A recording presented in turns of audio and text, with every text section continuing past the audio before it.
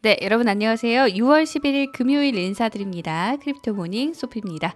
크립토모닝은 디지털 에셋 코리아와 함께하고 있습니다. 자, 코인 360 분위기 굉장히 대비가 되죠. 비트코인은 그래도 반등에 조금 성공을 한 모습인데 이더리움을 필두로 한 알트코인들은 여전히 하락폭이 나오고 있습니다. 하락폭 짙은 것들도 꽤 있고요. 자, 시차가 있어서 일단 가격이 정확하게 상승하고 있진 않아요. 코인 마켓캡 기준으로는 24시간 기준으로 약간 하락하는 걸로 나오는데요.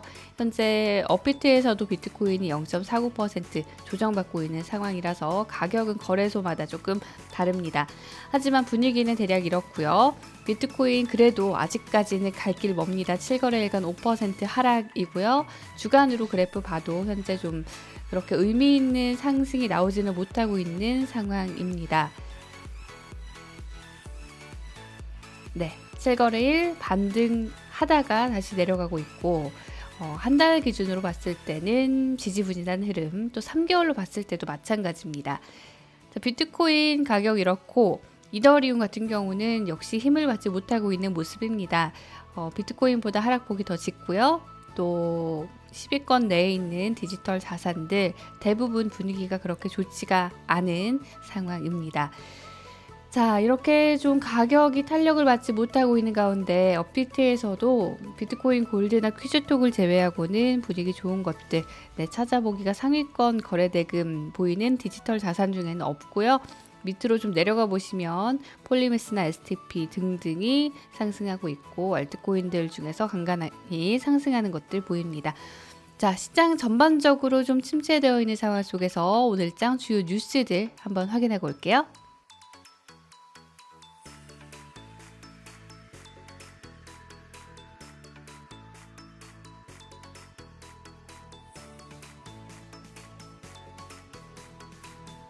자, 일단 최근에 이슈하면 엘살바도르에서 비트코인을 법정 통화로 인정을 하겠다라고 발표를 한 것이죠. 비트코인이 사실 이 소식에 37,000달러 위까지 갔었다라는 이야기 나오는데 현재 다시 조금 내려앉았죠. 자, 엘살바도르가 속전속결로 이 법안까지 통과를 시키면서 드디어 법정 통화가 됐는데요. 이 소식에 시장이 엄청나게 크게 반응하지는 않고 있는 것 같습니다. IMF는 또 우려도 표명을 했어요. 엘살바도르 대통령을 만났다. 자, 만났는지 모르겠네요. 1시간 전에 나온 뉴스인데 만날 거다라고 얘기를 하면서 IMF는 여기에 대해 우선 우려를 표한 상황입니다. 매우 진지한 분석이 필요하다. 그냥 결정할 게 아니다. 그래서 우리가 사실은 엘살바도르에 대해서 구제금융이나 이런 지원도 계획을 하고 있었던 만큼 이 엘살바도르 당국과 얘기를 계속 할 것이다 라고 밝히기도 했습니다. 사실 IMF가 어떤 나라들이 비트코인을 채택하겠다 여기에 대해서는 좀 계속해서 좀 보수적인 입장을 취해왔거든요. 지난 3월에도 마셜 제도에서 뭐 이런 이야기가 나왔을 때도 좀 비슷한 경고를 했었고요. 디지털 자산은 굉장히 심각한 위험을 낳을 수 있다. 그래서 정말 효과적인 규제 대안이 필요한 상황이다. 라고 우려를 표했다는 소식 나와 있습니다. 자, 이런 와중에 미국의 인플레이션율은 13년 최고치를 기록을 했습니다. 인플레이션 목표치가 2%인데 5%를 넘겼다고 해요. 자, 1년 전과 비교해서 5% 늘었다는 건데 보이시죠? 자, 정말 인플레이션율이 많이 올라갔습니다. 이게 의미하는 거는 연준의 테이퍼링과 또 관련이 있죠. 하지만 몇 번 제가 방송에서 말씀드렸듯이 연준 같은 경우는 테이퍼링에 조금은 아직까지 신중한 모습입니다. 올해 안에 할 것 같긴 한데 계속해서 뭐 지켜보겠다 약간 완곡한 표현으로 이걸 이야기를 하고 있거든요. 골드만 CFO가 인플레이션이 물론 연준 얘기대로 일시적일 수도 있지만 이렇게 많이 오르는 거는 결국 부정적인 결과를 가져올 것이다 라고 의견을 밝히기도 했습니다.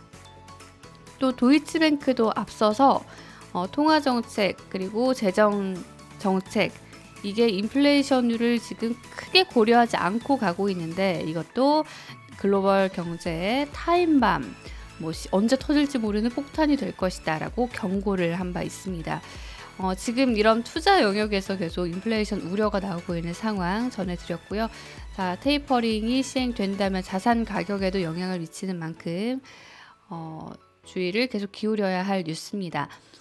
자, 제가 어제도 말씀드렸는데 비트코인 ETF가 과연 언제 승인이 될 것인가? 이게 시장에 굉장히 게임 체인저라고 말씀을 드렸잖아요. 근데 당장 이걸 기대하기는 힘들다는 뉴스가 나왔습니다. 한 디지털 자산 펀드 매니저가 CNBC와의 인터뷰에서 이런 이야기를 했는데요. 2022년까지는 이걸 보기가 힘들 것이다.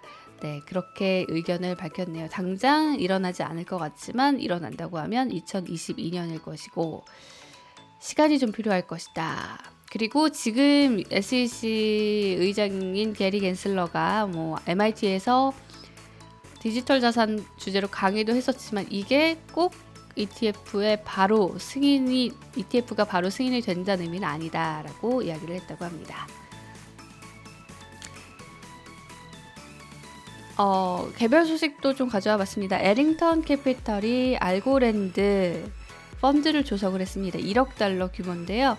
자, 에링턴 캐피털 하면 리플에도 아주 강한 많은 투자를 하는 걸로 유명한 그런 벤처 캐피털인데 이번에는 알고랜드를 선택을 한 것 같아요. 하지만 리플을 포기한다는 의미는 아니다. 자, 이런 이야기도 함께 나왔네요. 자, 알고랜드의 투자 유치 소식과 함께 판테라와 에링턴이 또 같이 언바운드 파이낸스라는 디파이 프로젝트에 투자를 했다라는 소식도 들어와 있습니다. 시장이 약간 지지부진한 와중에도 VC들의 디지털 자산에 대한 투자는 계속되고 있는 것 같네요.